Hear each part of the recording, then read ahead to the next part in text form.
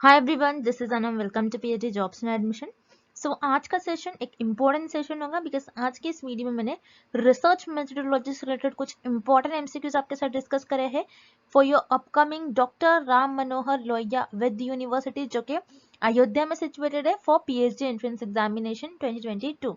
सो मैं आपको बता दूं कि आज के इस वीडियो में मैंने रिसर्च मेथोडोलॉजी के कुछ इंपॉर्टेंट एमसीक्यूज जो डिफरेंट यूनिवर्सिटी में पीएचडी एंट्रेंस एग्जामिनेशन में क्वेश्चंस पूछे गए थे, उसी क्वेश्चंस को आज के इस वीडियो में मैंने आपके साथ डिस्कस करा है, हिंदी में भी as well as in English. तो आप इस वीडियो को एंड तक जरूर देख लीजिएगा।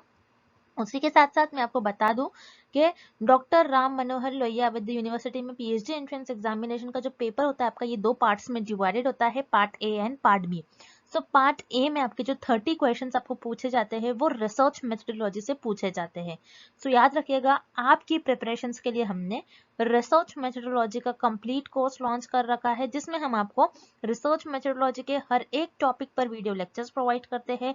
हर एक टॉपिक पर आपको नोट्स देखने मिलेंगे। नोट्स हमारे खुद के बनाए हुए नोट्स हैं, जिसमें हमने जो इम्पोर्टेंट पॉइंट्स है उसको हाईलाइट कर बताया है, और एकदम सिंपल लैंग्वेज में आपको नोट्स देखने मिलेंगे। उसी तरीके से मॉक टेस्ट से आपकी प्रैक्टिस होती रहती है, आपको पता चलता है कि आप कौन से टॉपिक पर आपका कौन सा यूनिट वीक है। उसी तरीके से 1000+ प्रैक्टिस एमसीक्यूज पीडीएफ जो कि आपके रिवीजन का काम करता है।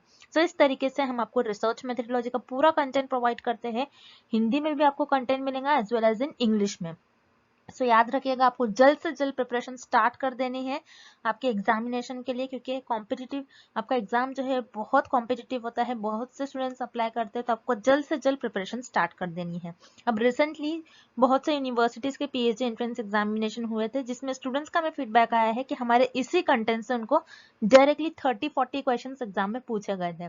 तो याद रखिएगा, हमारे इस कंटेंट को परचेस करने के लिए स्क्रीन पर जो आपको नंबर नजर आ रहा है उस पर आपको हमें व्हाट्सएप के थ्रू कांटेक्ट करना है। नॉर्मल कॉल्स नंबर पर नहीं लगेगा, याद रखिएगा, व्हाट्सएप के थ्रू आपको हमें कांटेक्ट करना है। और हमने हमारे ऐप की लिंक डिस्क्रिप्शन बॉक्स में आपके साथ प्रोवाइड कर रखी है, जैसे कि आप 1 क्लिक में ही सारे स्टडी मटेरियल को एक्सेस कर पाते हो। So that's it and let's begin with the video. हमारे इस रिसर्च मेथोडोलॉजी के कोर्स में हम आपको full syllabus video lectures, notes, 10 full syllabus mock test, 1000+ practice MCQs PDF provide करेंगे in both language, Hindi as well as in English. So हमारा जो ये रिसर्च मेथोडोलॉजी का कंटेंट है, ये हमने हमारे एक्सपीरियंस के बेसिस पर और जो एक्चुअल पीएचडी एंट्रेंस एग्जाम में क्वेश्चंस पूछे जाते हैं, वो सारी चीजें हमारे इस रिसर्च मेथोडोलॉजी के कंटेंट में हमने कवर करे हैं। तो आपको हमारा, अगर आप कोर्स परचेस करोगे, अगर आप हमारा कोर्स फॉलो करोगे, तो आपको कुछ इस तरीके से हमारे रिसर्च मेथोडोलॉजी के कंटेंट में आपको प्रिपरेशन करना है कि आपको हमारे जो नोट्स है और जो मॉक टेस्ट इसको एक वीक में कवर कर लेना है। और ये जो 1000+ एमसीक्यूज पीडीएफ है, 1000+ एमसीक्यूज पीडीएफ, ये आप आपके एज अ रिविजन के तौर पर यूज कर सकते हो। आप आपके एग्जाम के एक दिन पहले, और अगर आप आपके एग्जाम के इवन 4 to 5 आवर्स पहले भी इसको एक बार रीड कर चले जाओगे, तो आप एग्जाम में इजीली क्वेश्चंस को मार्क कर आ जाओगे। तो मैं आपको गारंटी देती हूँ कि हमारे इसी रिसर्च मेथोडोलॉजी के कंटेंट से आपको एग्जाम में क्वेश्चंस पूछे जाएंगे। हमारे जो स्टूडेंट्स हैं, हमारे जो बैच के स्टूडेंट्स हैं, उन कई स्टूडेंट्स का फीडबैक है कि उनको हमारे इस रिसर्च मेथोडोलॉजी के कंटेंट से डायरेक्टली एग्जाम में 10 to 12 क्वेश्चंस पूछे गए थे। सो हमारे इस स्टडी मटेरियल को परचेस करने के लिए आपको इस नंबर पर हमें व्हाट्सएप के थ्रू कॉन्टैक्ट करना है। याद रखिए, आपको व्हाट्सएप के थ्रू ही हमें कॉन्टैक्ट करना है। और आप अगर मैसेज करते हो, मैसेज करने के विदिन 15 to 20 मिनट्स में आपको सारा स्टडी मटेरियल प्रोवाइड कर देंगे। और आप हमारे ऐप को भी डाउनलोड कर सकते हो, जो कि है ग्लोबल ऑनलाइन ऐप। सो इस ऐप पर आपको 1 मंथ की वैलिडिटी मिलेगी, और अगर आप ऐप पर जाते हो तो आपको डायरेक्टली वहां पर सारा कंटेंट इजिली अवेलेबल हो जाएगा। और ऐप को डाउनलोड करने के लिंक मैंने डिस्क्रिप्शन बॉक्स में प्रोवाइड कर रखी है, सो वहां से आप हमारे ऐप को एक्सेस कर सकते हो। And let's begin with the video. एक मात्रात्मक अध्ययन की रिपोर्ट में शामिल नहीं होगी। A report of a quantitative study will not include. इस क्वेश्चन में हमें ये फाइंड आउट करना है कि अगर आप क्वांटिटेटिव स्टडी परफॉर्म कर रहे हो, तो आप उस क्वांटिटेटिव स्टडी में कौन सी ऐसी चीज है जिसको रिपोर्ट नहीं करोगे, जिसको इंक्लूड नहीं करोगे। मतलब आप एक मात्रात्मक अध्ययन की रिपोर्ट लिख रहे हो, तो उसमें आप कौन से ऐसे विकल्प है जिसको आप शामिल नहीं करोगे। तो यहाँ पर इस क्वेश्चन में आपको पता होना चाहिए कि क्वांटिटेटिव स्टडी होती क्या है, मतलब आपकी मात्रात्मक अध्ययन होती क्या है। क्वांटिटेटिव स्टडी, तो क्वांटिटेटिव स्टडी में क्या करते हैं हम, हमारे पास थियोरी अवेलेबल होती है, हमारे पास थियोरी अवेलेबल होती है, हमारे पास कुछ ना कुछ इंफॉर्मेशन जो है वो अवेलेबल होती है। इंफॉर्मेशन अवेलेबल होती है, उस पर हम हाइपोथेसिस ले डाउन करते हैं, उसको ऑब्जर्व करेंगे, उसको मेजर करेंगे, उसको एनालाइज करेंगे, उसको देखेंगे, हर एक पॉइंट ऑफ व्यू से ऑब्जर्व करेंगे किस तरीके से वो फेनोमेना हैपन हो रहा है। सारी चीजें आप ऑब्जर्व करते हो, एनालाइज करते हो, देन एनालिसिस के बाद आप कुछ इंटरप्रेट करते हो, कुछ चीज़ों को मेजर करोगे। सो बेसिकली क्वांटिटेटिव स्टडी का मतलब क्या होता है, जिसमें आप नंबर्स से डील करो, जिसमें आप कोई क्वांटिटी से डील करो, आप चीज़ों को मेजर करोगे, आप देखोगे कि जो आपके जो थ्योरी है ये वैलिड है या फिर नहीं। बेसिकली हम यही देखते हैं क्वांटिटेटिव स्टडी में। जैसे हम क्वालिटेटिव स्टडी में थ्योरी बना लेते हैं, तो उसी थ्योरी का वैलिड करते हैं, उसको हम देखते हैं कि वो थ्योरी वैलिड है या फिर नहीं। उसको हम डिफरेंट डिफरेंट वेज से ऑब्जर्व करेंगे, उस पर टेस्ट परफॉर्म करेंगे, उसमें जो भी फेनोमेना हो रहा है, जो भी आपके पास जो भी फेनोमेना अकर हो रहा है, उन सारे चीजों को ऑब्जर्व करेंगे, जो भी चीजें हैपन हो रही है उसको ऑब्जर्व करेंगे, उसको मेजर करेंगे। बेसिकली क्वांटिटेटिव है तो मेजरमेंट तो बहुत जरूरी है, आप चीजों को मापते हो क्वांटिटेटिव स्टडी में। सो यहाँ पर जो आपका ऑप्शन है ये सही है, आप चीजों को मेजर करते हो, काउंट करते हो। क्वांटिटेटिव है मतलब क्वांटिटी से डील कर रही है, क्वांटिफिएबल डेटा होगा इसमें आपके पास क्वांटिटेटिव स्टडी में, जिसको आप काउंट कर सके। उसी तरीके से आप ये भी बताते हो कि आपकी जो थ्योरी है ये वैलिड है या फिर नहीं, आप वैलिडेशन बताते हो, ये कि थ्योरी वैलिड है या नहीं है, हम मान सकते हैं कि नहीं इस तरीके की थ्योरी सही है या फिर नहीं है। मतलब हम अपने हमारी थ्योरी को प्रूव करते हैं, वो वैलिड बताते हैं कि उसकी मान्यता है या फिर नहीं है। सो वैलिडेशन जो है ये भी क्वांटिटेटिव स्टडी का पार्ट होती है। सो मेजरमेंट ऑब्वियसली होगा, वैलिडेशन भी होता है, रिजल्ट भी होता है, क्योंकि हम ऑब्जर्व करते हैं चीजों को, हाइपोथेसिस ले डाउन करने के बाद हम ऑब्जर्व करते हैं, उसको एनालाइज करते हैं, मेजर करेंगे, हर चीज करेंगे, फिर उसके बाद लास्ट में हम आप इंटरप्रिटेशन देते हो, कुछ कंक्लूजन देते हो, उससे कुछ ना कुछ रिजल्ट निकलता है, उसके बेसिस पर आप बताते हो आपके जो भी टेस्ट होते हैं, आपने जो भी परफॉर्म किया होता है, जो भी स्टडी करते हैं क्वांटिटेटिव स्टडी में, लास्ट में आप रिजल्ट बताते हो कि इससे क्या आपको मिल रहा है, क्या रिजल्ट आपका आ रहा है, क्या आपकी रिजल्ट बता रही है। सो रिजल्ट भी क्वांटिटेटिव स्टडी का पार्ट होती है, ये बहुत जरूरी है। क्वांटिटेटिव स्टडी में बहुत इंपॉर्टेंट रोल प्ले करती है आपकी रिजल्ट, क्योंकि आप रिजल्ट के लिए क्वांटिटेटिव स्टडी परफॉर्म करते हो। तो याद रखिएगा, मेजरमेंट, रिजल्ट एंड वैलिडेशन, ये तीनों भी आपके क्वांटिटेटिव स्टडी में इंक्लूड होंगे। और जो इंक्लूड नहीं होता है वो विकल्प है, वो ऑप्शन है आपका कन्फेशन, जिसे हम कहते हैं कबूलना। कन्फेशन क्या होता है, जिसमें आपने कोई गलत कर दिया तो आप कबूलते हो, आपने कुछ जुर्म कर दिया जैसे, तो आप क्या करते हो, उसको कबूलते हो कि मैंने ये गलती करी है, आप बेसिकली आपकी मिस्टेक्स बताते हो। सो क्वांटिटेटिव स्टडी में हम हमारी कोई मिस्टेक्स ने आगे रखते, रिसर्च आपने कोई मिस्टेक्स को नहीं बताते, कुछ कन्फेस नहीं करते। सो कन्फेशन जो है क्वांटिटेटिव स्टडी में इंक्लूड नहीं होता है, ये क्वांटिटेटिव स्टडी का पार्ट नहीं होता है। सो इस क्वेश्चन का आपका राइट आंसर हो जाएगा ऑप्शन सी, कन्फेशन, कबूलना। Next, which one is not a graphic representation of data? कौन सा आंकड़ों की ग्राफिक प्रस्तुति नहीं करता है? इस क्वेश्चन में हमें ये बताना है कि दिए गए ऑप्शंस में से कौन सा एक ऐसा ऑप्शन है जिसमें हमारे पास जो भी डेटा होता है उस डेटा को हम ग्राफिक रिप्रेजेंटेशन नहीं कर सकते, उसको हम ग्राफिकल वे में प्रेजेंट नहीं कर सकते।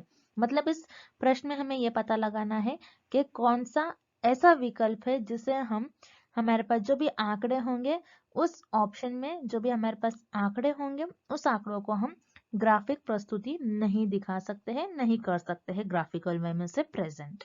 सो याद रखिएगा, histogram, bar chart and frequency polygon. So इन तीनों को भी हम ग्राफिकल वे में प्रेजेंट कर सकते हैं।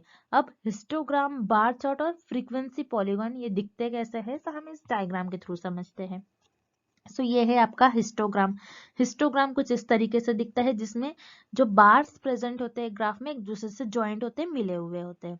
जैसे कि आपको बस डायग्राम याद रखना है, आपको मैटर नहीं देखना है, बस आपको डायग्राम याद रखना है। हिस्टोग्राम में जो बार्स होते हैं एक दूसरे से मिले हुए थे। जैसे फॉर एग्जाम्पल यहाँ पर हम देख रहे हैं नंबर ऑफ एम्प्लॉयज, कितने एम्प्लॉयज एक कंपनी में काम कर रहे हैं, और सैलरी, उनकी सैलरी कितनी है, थाउजेंड्स में हमें सैलरीज गिवन है।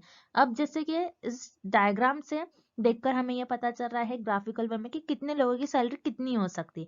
जैसे यहाँ पर अगर आप देखते हो 100 एम्प्लॉय, 0 से 10,000 के बीच में कुछ 50 एम्प्लॉयज की इनकम होगी। उसी तरीके से 300 एम्प्लॉय ऐसे हैं जिनकी इनकम 10 से 20,000 के बीच में होंगे। उसी तरीके से 280 मान लीजिए 280 ऐसे एम्प्लॉयज हैं जिनकी इनकम 20 से 30,000 के बीच में होंगी। सो यहाँ पर आपको नंबर्स के फॉर्म में रिप्रेजेंटेशन हो रहा है, नंबर्स के फॉर्म में इंफॉर्मेशन मिल रही है कि इतने परसेंट लोगों की, इतने लोगों की इनकम, 400 लोगों की इनकम इतनी हो सकती है, 30 से 40,000 के बीच में लाई कर सकते हैं। सो यहाँ पर हिस्टोग्राम में आप आपका जो भी डेटा होता है उसको ग्राफिकल वे में प्रेजेंट करते हैं।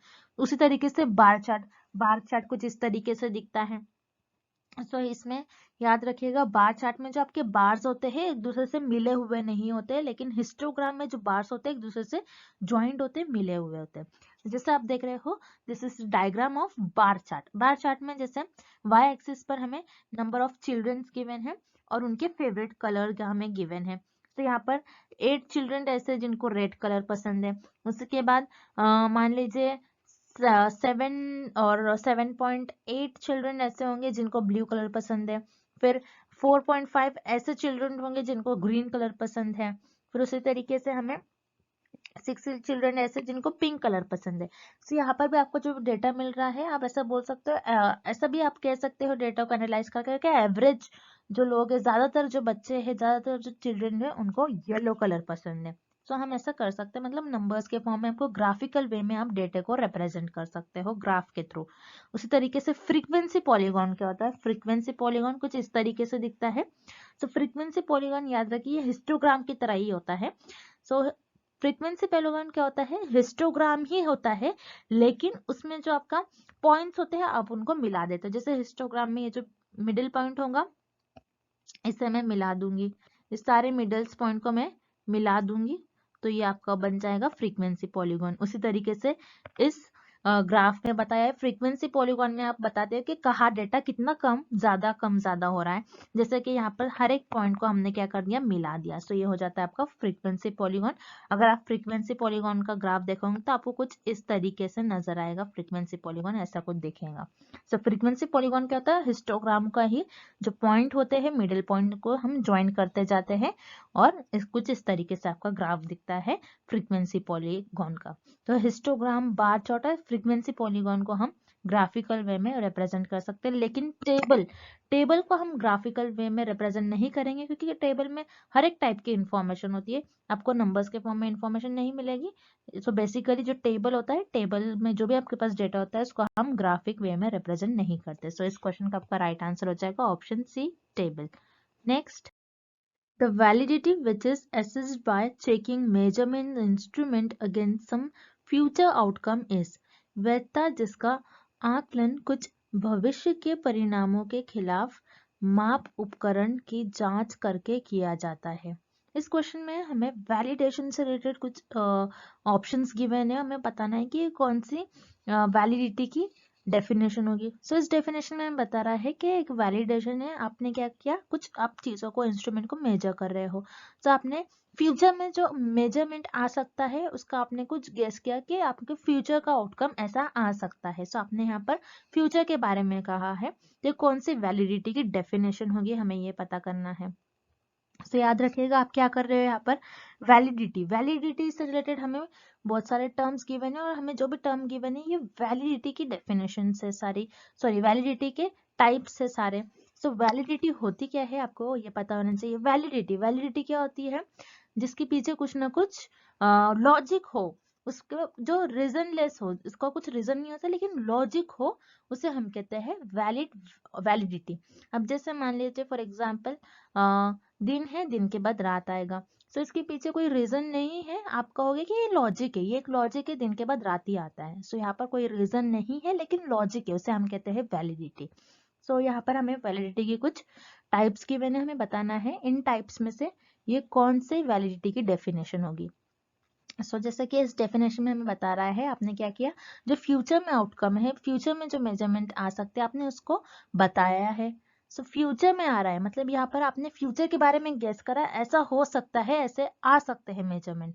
सो यहाँ पर आप क्या कर रहे हो, कुछ प्रिडिक्ट कर रहे हो, यहाँ पर गेस कर रहे हो। सो ये वैलिडिटी, कौन सी वैलिडिटी की डेफिनेशन होगी, प्रिडिक्टिव वैलिडिटी, मतलब अनुमानित की वैधता। तो ये वैधता किस वैधता की डेफिनेशन होगी, प्रिडिक्टिव वैलिडिटी, प्रिडिक्टिव वैधता की, जिसमें आप कुछ गेस कर रहे हो फ्यूचर के बारे में, आप पहले से बता दे रहे हो कि ऐसा हो सकता है, आप आपके कुछ गेसेस कर रहे हो, प्रिडिक्ट कर रहे हो, उसे हम कहते हैं प्रिडिक्टिव वैलिडिटी। सो आपको जो डेफिनेशन गिवन है, ये आपको प्रिडिक्टिव वैलिडिटी मतलब अनुमानित की वैधता की भाषा गिवन है। सो यहाँ पर आपके जो डेफिनेशन गिवन है, ऑप्शन बी की डेफिनेशन गिवन है। अब जो हमें इनकरेक्ट ऑप्शंस गिवन है उन्हें भी हम देख लेते हैं, ये क्या होती है। फेस वैलिडिटी, फेस वैलिडिटी का मतलब होता है जिसको आप देखकर ही बता दो। जैसे मान लीजिए मैंने आपको एक पेपर दिया और उसमें सारे नंबर्स है, आप एडिशन, सब्सट्रैक्शन, मल्टीप्लिकेशन, तो आप उससे देखकर क्या कहोगे कि ये मैथ्स का पेपर है। बेसिकली मैंने आपको मैथ्स का पेपर दिया, आप उससे देखकर डायरेक्टली बोल दोगे कि आप ये मैथ्स का पेपर है। तो आपने क्या किया, देख कर ही आपको पता चल गया, आपने रीड करा उसको फेस से ही, आपको देख कर ही पता चल गया कि ये फेस वैलिडिटी मतलब आपने एक बार देख लिया और आपको पता चल गया कि इस पेपर में कौन सा कंटेंट लिखा है। सो उसे हम कहते हैं फेस वैलिडिटी, अग्रभाग की वैधता। सो फेस वैलिडिटी जिसे हम देख कर ही पता कर रहे हैं, यहाँ पर देख कर रहे हैं, कुछ पता कर रहे हैं, आप आने वाले जो फ्यूचर है, आने वाले समय के बारे में आप कुछ भविष्यवाणी कर रहे हैं। सो उसे हम फेस वैलिडिटी नहीं कहेंगे। सो यहाँ पर आपका विकल्प ए गलत हो जाएगा, ऑप्शन ए रॉन्ग हो जाएगा। उसी तरीके से ऑप्शन सी कॉनकरेंट वैलिडिटी, जिसे हम कहते हैं समवर्ती की वैधता। कॉनकरेंट, कॉनकरेंट क्या होता है, जब करंट में है, और कॉनकरेंट मतलब यहाँ पर कोई दो फेनोमेना होते हैं, एक फेनोमेना अगर अकर होता है तो उसके बेसिस पर आप गेस करते हो कि वो ऐसा ही हो सकता है। जैसे मान लीजिए कोई स्टूडेंट है, उस स्टूडेंट ने प्रैक्टिकल में अच्छा परफॉर्म किया, तो वैसे क्या कहूंगी, वो थ्योरी में भी अच्छा परफॉर्म करेगा। तो यहाँ पर कोई दो फेनोमेना है, इसको मैं कंपेयर कर रही हूँ, उसके बेसिस पर मैं बता रही हूँ। सो कॉनकरेंट क्या होता है, एक फेनोमेना के अकर होने पे मैं दूसरे को बता रही हूँ उसका क्या स्टेटस होगा। सो उसे कहते हैं हम कॉनकरेंट वैलिडिटी। सो हमें जो डेफिनेशन गिवन है, कॉनकरेंट वैलिडिटी की भी डेफिनेशन नहीं गिवन है, बल्कि यहाँ पर आप फ्यूचर के बारे में जो मेजरमेंट आएंगे उनका कुछ आउटकम बता रहे हो। सो ये प्रिडिक्टिव वैलिडिटी की डेफिनेशन होगी। सो इस प्रश्न का आपका सही विकल्प हो जाएगा विकल्प बी, option B, predictive validity. Next, in order to measure the scatter of the values of items in the observed data, which of the following statistical method is used? निम्नलिखित सांख्यिकीय पद्धति में वस्तुओं को मूल्यों के बिखराव के मापने के लिए किसका उपयोग किया जाता है। तो इस क्वेश्चन में बेसिकली हमें बता रहा है, आपने कुछ चीज़ों को मेजर किया, उससे आपको कुछ वैल्यूज मिल रही है, कुछ डेटा मिल रहा है, आपने कुछ टेस्ट परफॉर्म किया, आपने उसमें से आपने कुछ ऑब्जर्व डेटा मिला, आपने कुछ ऑब्जर्व किया, आपको कुछ डेटा मिला। सो उस डेटा के आपको स्कैटर फाइंड आउट करना है कि वो डेटा कितना फैला हुआ है। स्कैटर का मतलब होता है कितना वो डेटा जो है फैला हुआ है, कितना वो डेटा जो है बिखरा हुआ है। तो डेटा कितना बिखरा हुआ है उसको आपको मेजर करना है, उसको आपको मापना है। तो उसके लिए आप कौन सा स्टैटिस्टिकल मेथड यूज करोगे, कौन सा स्टैटिस्टिकल टूल को यूज करोगे आप। मतलब जैसे मान लीजिए आपने एक पॉपुलेशन है, उस पॉपुलेशन में से आपने कुछ लोगों को चुन लिया जो कि आपका सैंपल बन गया। सो आप मेजर कर रहे हो, मान लीजिए आप पॉपुलेशन में से ये देख रहे हो कि कितने लोगों की इनकम, यहाँ पर जो रहने वाले हैं इस पर्टिकुलर सिटी में रहने वाले लोगों की इनकम कितनी है। सो आपको मिल गया इस पर्टिकुलर सिटी में रहने वाले लोगों की इनकम हो सकता है 50 से 90,000 के बीच में है। सो आपको देखना है एवरेज लोगों की इनकम क्या होगी। 50 से 90,000 तो हमें मिल गई वैल्यू, लेकिन एवरेज लोग कितने ज्यादा ऐसे लोग हैं जिनकी इनकम कितनी होगी 50 से 90 के बीच में, ज्यादातर लोगों की इनकम कितनी होगी। आपको मान लीजिए मीन किसी का फाइंड आउट करना है, किसी का मीडियन फाइंड आउट करना है। सो यहाँ पर आपने डेटा ले लिया, अब उस डेटा का आपको स्कैटर फाइंड आउट करना है कि डेटा कितना फैला हुआ है। सो यहाँ पर मुझे सैंपल से कुछ इन्फॉर्मेशन मिल गई, अब उस इन्फॉर्मेशन को मैं कुछ इस तरीके से स्प्रेड आउट करूंगी। मैंने हर एक सैंपल में से हर एक पर्सन से इन्फॉर्मेशन ले ली, हर एक मेरे नमूनों में से हर एक व्यक्ति से मैंने इन्फॉर्मेशन ले ली, और उस इन्फॉर्मेशन को मुझे जो भी डेटा मिला उस डेटा को मैंने कुछ इस तरीके से प्लॉट कर दिया। अब मुझे देखना है ये डेटा कितना फैला हुआ है, कितने लोगों की इनकम कितने कितने 1000 के बीच में लाई करती, कितने लोगों की इनकम 10, कितने लोगों की इनकम 20 से 30 के बीच में लाई करती है, कितने लोगों की इनकम 40 से 50 के बीच में लाई कर रही है। सो मैं यहाँ पर देख रही हूँ कि ये मेरा डेटा किस तरीके से स्प्रेड आउट है, कितना फैला हुआ है, कितने लोगों की इनकम कितने 1000 के बीच में लाई कर रही है। सो यहाँ पर मैं देख रही हूँ कि मेरा डेटा कितना स्प्रेड आउट है, कितना फैला हुआ है। जब भी आपको कितना फैला हुआ, स्कैटर, ऐसा कुछ क्वेश्चन में वर्ड दिखता है, सो याद रखिएगा आप मेजर ऑफ डिस्पर्जन यूज करोगे। मेजर ऑफ डिस्पर्जन क्या होता है, जिसमें आप कैलकुलेट करते हो standard deviation, variance. Standard deviation बताते हैं कि आपका डेटा मीन से कितना दूर है। सो मेजर ऑफ डिस्पर्जन के अंडर आते हैं आपके टर्म्स जैसे स्टैंडर्ड डिविएशन, वेरिएंस। वेरिएंस बताता है आपका डेटा कितना फैला हुआ है, और स्टैंडर्ड डिविएशन बताता है आपका डेटा मीन से कितना दूर है। सो इसे हम कहते हैं major of dispersion. So major of dispersion बताता है आपका डेटा कितना डिस्पर्ज है, कितना स्कैटर है, मतलब कितना बिखरा हुआ है। सो इसलिए इस क्वेश्चन का आपका राइट आंसर हो जाएगा option C, measure of dispersion. Next, अनुसंधान क्रमविध समस्या के समाधान का अन्वेषण है, परिभाषित किया गया है। Research is a systematic investigation to find answers to a problem is defined by। इस प्रश्न में हमें एक परिभाषा दी गई है, हमें पता करना है कि ये परिभाषा किस साइंटिस्ट के द्वारा कही गई है। मतलब इस क्वेश्चन में हमें एक डेफिनेशन दी गई है, हमें ये फाइंड आउट करना है कि ये डेफिनेशन किस रिसर्चर ने इस डेफिनेशन को दिया है और किस रिसर्चर की डेफिनेशन है। सो याद रखिए यहाँ पर हमें सिर्फ डेफिनेशन दी गई है, हमें रिसर्चर का नाम बताना है और साइंटिस्ट का नाम बताना है। तो एग्जाम में कंपलसरी इस टॉपिक पे आपको 1 और 2 क्वेश्चन देखने ही मिलेगा इस टॉपिक पर। मतलब आपको डेफिनेशन दी गई होंगी, कुछ स्टेटमेंट दिया गया होगा रिसर्च से रिलेटेड, शोध से रिलेटेड कुछ आपको स्टेटमेंट दिया जाएगा और कुछ डेफिनेशंस दी जाएंगी, और आपको पता करना होगा कि ये डेफिनेशन कौन से रिसर्चर की है और ये डेफिनेशन किस साइंटिस्ट की डेफिनेशन होगी। तो आपको एग्जाम में 1 और 2 क्वेश्चन इस टॉपिक पे पूछा ही जाता है कंपलसरी।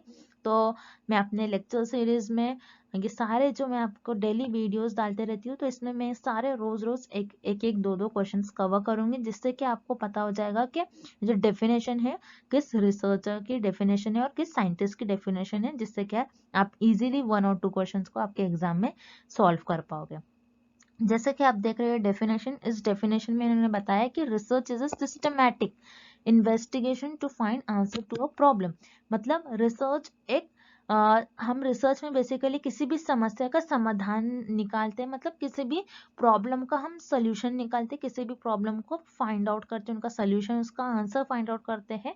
लेकिन किस तरीके से? सिस्टमैटिक इन्वेस्टिगेशन से। सिस्टमैटिक मतलब अगर आप रिसर्च में एक मेथड फॉलो कर रहे हो, आप पहले से डिसाइड करते हो कि मैं इस मेथड से फॉलो करूंगा, इस मेथड से मैं अपनी रिसर्च को परफॉर्म करूंगा। सिस्टमैटिक मतलब स्ट्रक्चर, स्टेप बाय स्टेप। अगर आपने पहला स्टेप परफॉर्म किया, दूसरा, तीसरा, तो आप एक पाथ फॉलो करते हो, बेसिकली एक स्टेप फॉलो करते हो। आप कैसे भी, अगर आपने ये परफॉर्म किया, एक मेथड परफॉर्म किया, तो आप दूसरे मेथड से जाओगे, फिर उसमें आप रिसर्च करना स्टार्ट करेंगे। कभी आप रिसर्च में ऐसा नहीं करते हो। अगर आपने रिसर्च आपकी सिस्टमैटिकली नहीं परफॉर्म की, तो आपकी रिसर्च अनएथिकल हो जाएंगे, आप कभी उस तरीके से रिसर्च कर ही नहीं पाओगे। तो याद रखना है आपको, जब भी आप अगर रिसर्च करते हो, तो बेसिकली हम रिसर्च में किसी भी प्रॉब्लम का समाधान फाइंड आउट करते हैं, मतलब किसी भी समस्या का समाधान खोज करते हैं, उस प्रॉब्लम को सॉल्व करने की कोशिश करते हैं ना, सिस्टमैटिक वे और सिस्टमैटिक इन्वेस्टिगेशन करते हैं। मतलब हम खोज करते हैं चीज़ों के, सिस्टमैटिक वे में हम चीज़ों को फाइंड आउट करते हैं, उसका हल निकालते हैं, उसका समस्या का समाधान निकालते हैं। सो ये जो डेफिनेशन है, इस डेफिनेशन को बर्न्स, इस साइंटिस्ट ने दी है, और ये जो परिभाषा है बर्न द्वारा दी गई परिभाषा है। सो याद रखना है, ये डेफिनेशन बर्न साइंटिस्ट ने 1997 में दी थी ये डेफिनेशन, और बहुत फेमस साइंटिस्ट है, आपको इनका नेम याद रखना है, और इन्होंने ये डेफिनेशन दी थी। तो इस प्रश्न का आपका सही उत्तर हो जाएगा विकल्प A. Next, arrange the steps involve in writing report. अनुसंधान रिपोर्ट लिखने में शामिल कदमों को व्यवस्थित करो। इस क्वेश्चन में हमें रिपोर्ट राइटिंग में, आप जब भी रिपोर्ट लिखते हो, रिपोर्ट राइटिंग में आप कुछ स्टेप्स फॉलो करते हो, उन स्टेप्स को हमें इस क्वेश्चन में करेक्ट ऑर्डर में अरेंज करना है। मतलब अनुसंधान में अगर आप रिपोर्ट लिख रहे हो, तो रिपोर्ट लिखने में कौन से विकल्प होंगे, वो सारे विकल्पों को एक ऑर्डर में अरेंज करना है। सो याद रखिए, रिपोर्ट राइटिंग क्या होती है? रिपोर्ट राइटिंग क्या होती है आपकी, जिसमें आपने जो भी आपके रिसर्च का काम होता है, आपने जितने भी रिसर्च करी है, 3 इयर्स, 4 इयर्स, 6 इयर्स, तो आप आपके रिसर्च का पूरा काम इस रिपोर्ट में मेंशन करते हो कि आपने उतने ईयर में क्या क्या काम किया, किस टॉपिक पर आपने रिसर्च किया, कैसे रिसर्च किया, वो सारा बताते हो आपके रिपोर्ट में। तो जब आप रिपोर्ट लिखते हो आपके रिसर्च में, सो रिपोर्ट लिखने के लिए आप कौन कौन से स्टेप्स, कैसे स्टेप्स फॉलो करते हो, हमें ये बताना होगा इस क्वेश्चन में। तो हम एक एक कर सारे पॉइंट्स देख लेते हैं और हम उन्हें करेक्ट ऑर्डर में अरेंज करेंगे। सो अगर आप रिपोर्ट लिख रहे हो, मतलब आपकी जो रिसर्च का काम है उससे आप बता रहे हो, तो सबसे पहले जो स्टेप्स आप फॉलो करोगे, सबसे पहला स्टेप होगा logical analysis of the subject matter. So ये आपका फर्स्ट स्टेप हो जाएगा। मतलब आपका जो भी सब्जेक्ट है आप उसमें लॉजिकल एनालिसिस करोगे, अपने आपके सब्जेक्ट में क्या क्या किया, आप पहले एनालिसिस करोगे, आप ऑब्जर्व करोगे कितना डेटा आपके पास है, कितना मैटर प्रेजेंट है। तो पहले यहाँ पर जो आपका ऑप्शन सी है, विषय वस्तु का तार्किक विश्लेषण, ये आपका फर्स्ट स्टेप आ जाएगा। देन उसके बाद आपने अपना जो भी सब्जेक्ट का मैटर था उसको एनालाइज कर लिया, फिर उसके बाद आप करोगे एक फाइनल आउटलाइन कि आपने क्या क्या चीज़ों को प्रिपरेशन किया, प्रिपरेशन ऑफ फाइनल आउटलाइन, आपने जो भी प्रिपेयर किया है उतने ईयर में आप उसकी एक फाइनल आउटलाइन बनाओगे कि मैंने ये कर लिया है। सो यहाँ पर आपका जो फाइनल आउटलाइन है, प्रिपरेशन ऑफ फाइनल आउटलाइन मतलब अंतिम रूपरेखा की तैयारी, ये आपका सेकेंड स्टेप हो जाएगा। देन उसके बाद थर्ड स्टेप हो जाएगा कि आप एक रफ ड्राफ्ट तैयार कर लोगे, एक रफ ड्राफ्ट आप प्रिपेयर कर लोगे। सो यहाँ पर रफ ड्राफ्ट जो है आपका ये थर्ड पॉइंट हो जाएगा। रफ ड्राफ्ट क्या होता है, आप रफली कोई एक काम कर लेते हैं, उसको आप सही वैसे अरेंज नहीं करते, बस रफली प्रिपेयर कर लेते हो, उसे हम कहते हैं एक रफ ड्राफ्ट। तो प्रिपरेशन ऑफ रफ ड्राफ्ट ये आपका थर्ड स्टेप हो जाएगा रिपोर्ट राइट करने में, रिपोर्ट को लिखने में। देन उसके बाद थर्ड स्टेप आपका हो जाएगा रफ ड्राफ्ट बनाना। रफ ड्राफ्ट के बाद आप उसको रीराइट करोगे, मतलब आपने रफ ले लिया फिर आप उसको रीराइट करोगे, आप अच्छे से सीक्वेंस ऑर्डर करोगे, उसको पॉलिश करोगे, आप उसको अच्छा करोगे, आप प्रॉपर एक डेटा जैसा दिखता है, आप जैसे बुक देखते हो कोई, उसमें आपको प्रॉपर डेटा मेंशन होता है, आप प्रॉपर डेटा लिखते हो। डेटा जो है आपने जैसे रफ ड्राफ्ट तैयार कर लिया, मतलब आपका डेटा कहीं भी है, एक आप उसको मार्जिन दोगे, प्रॉपर लिखोगे, रीराइट करेंगे और आपका जो भी डेटा है, आपको जो भी मिस्टेक्स लग रहा है उसको आप पॉलिश करोगे। सो रीराइटिंग एंड पॉलिशिंग ये आपका फोर्थ स्टेप आ जाएगा। एंड फिफ्थ स्टेप आपका लास्ट स्टेप हो जाएगा राइटिंग द फाइनल ड्राफ्ट, मतलब आपने रीराइट करोगे, आप उसने आपको आपने जो भी डेटा है उसको पॉलिश कर लिया, रीराइट कर लिया और आप एक लास्ट में आपका फाइनल ड्राफ्ट बन जाएगा उसके बाद। सो इस तरीके से आप स्टेप्स परफॉर्म करते हो जब आप कोई रिपोर्ट लिखते हो रिसर्च में। सो ये स्टेप्स ऐसे ऑर्डर हमें ऑप्शन बी में गिवन है, इसलिए इस क्वेश्चन का राइट आंसर हो जाएगा ऑप्शन बी, विकल्प बी।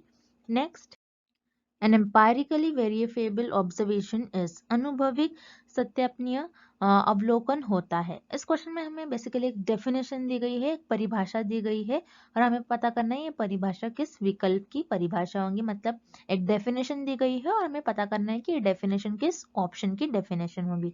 तो यहाँ पर हमें बता रहा है इस डेफिनेशन में आप क्या करो, एम्पायरिकली वेरीफेबल ऑब्जर्वेशन, मतलब एक डेटा होगा, कोई भी चीज हो गया, आप उसको एम्पायरिकली मतलब क्या होता है, जिसमें आप आपके एक्सपीरियंसेस यूज करते हो, आप कुछ ऑब्जर्वेशन करते हो, आप एक्सपेरिमेंट्स परफॉर्म करते हो और उस फिनोमेना को आप वेरीफाई करते हो, हर एक तरफ से देखते हो कि रिजल्ट सही आ रहे हैं या फिर नहीं। मतलब आप बेसिकली फैक्ट बताते हो कि ये रियलिटी में एग्जिस्ट कर रहा है, क्योंकि आप ऑब्जर्वेशन एक्सपेरिमेंट्स उन्हीं चीजों को बताओ, उन्हीं चीजों पर कर सकते हो ऑब्जर्वेशन और एक्सपेरिमेंट जो रियलिटी में एग्जिस्ट कर रहा है, जो फैक्ट है। तो ये जो हमें डेफिनेशन दी गई है ये फैक्ट की डेफिनेशन दी गई है इस प्रश्न में और इस क्वेश्चन में तथ्य की डेफिनेशन दी गई है। फैक्ट मतलब जो रियलिटी में एग्जिस्ट कर रहा है, जो सचमुच में हो, जिसे हम इमेजिन नहीं कर सकते, जो रियलिटी में एग्जिस्ट कर रहा है, जिस पर आप एक्सपेरिमेंट्स परफॉर्म करते हो, जिसको आप ऑब्जर्व करते हो, उसको वेरीफाई करते हो, जो रियलिटी में एग्जिस्ट कर रही है, इसे हम कहते हैं फैक्ट। सो ये जो डेफिनेशन दी गई है फैक्ट की डेफिनेशन दी गई है। अब जो रिमेनिंग ऑप्शन है जो इनकरेक्ट है उसे भी हम एक बार देख लेते हैं। So option A is value, मतलब मूल्य। तो कोई भी चीज का कुछ भी वैल्यू हो सकती है, मूल्य तो हर एक वैल्यू है, कोई भी वैल्यू हो सकती है, जैसे 250 टू 2500, कुछ भी वैल्यू है, कोई भी चीजों की वैल्यू है। सो हर एक चीजों की वैल्यू है, सो उसे हम टेस्ट नहीं कर सकते, वैल्यू को, मूल्य को आप टेस्ट नहीं कर पाओगे। सो यहाँ पर जो आपका विकल्प है ये इनकरेक्ट है, ये आपका रॉन्ग ऑप्शन है। उसी तरीके से थ्योरी, थ्योरी मतलब सिद्धांत, आपकी जो थ्योरी होती है थ्योरी को आप थ्योरी पर एक्सपेरिमेंट्स और यू कैन से थ्योरी पर आप कोई एक्सपेरिमेंट्स नहीं परफॉर्म करते, बेसिकली उसको ऑब्जर्व तो करोगे लेकिन आप आपके एक्सपीरियंसेस नहीं यूज कर सकते हो, लेकिन फैक्ट में आप आपके एक्सपीरियंसेस और ऑब्जर्वेशंस यूज करते हो। सो यहाँ पर जो आपका विकल्प बी है इस क्वेश्चन का रॉन्ग आंसर हो जाएगा। सो थ्योरी थ्योरी का एग्जाम्पल है आपकी बिग बैंग थ्योरी, जिसमें बताया है कि आपका जो दुनिया है पूरी वर्ल्ड के इस तरीके से फिर से डेवलप हुई है। सो आप बिग बैंग थ्योरी अगर जिसको पता होगा तो अच्छी तरीके से समझ पाएगा कि थ्योरी क्या होता है। उसमें बताया है कि वर्ल्ड कैसा डेवलप हुआ, वर्ल्ड कैसा बना है। सो ये हो गया थ्योरी, जिसे आप एक्सपेरिमेंट्स नहीं परफॉर्म कर सकते हो, आप बस पता कर सकते हो चीज़ों के बारे में जो एग्जिस्ट कर रही है। स्टेटमेंट स्टेटमेंट जो वन लाइन स्टेटमेंट होता है, स्टेटमेंट पर आप टेस्ट कर सकते हो, उसको आप ऑब्जर्व कर सकते हो, लेकिन आप उसको प्रूव नहीं कर सकते, आपने पता चला कि वो रियलिटी में एग्जिस्ट कर रहा है या फिर नहीं कर रहा है। सो यहाँ पर आपका ऑप्शन डी भी इनकरेक्ट हो जाएगा। सो इस क्वेश्चन का, इस प्रश्न का जो सही उत्तर हो जाएगा वो है आपका विकल्प से, तथ्य मतलब fact. And thank you for watching this video. Good luck with your preparation and see you tomorrow with another video.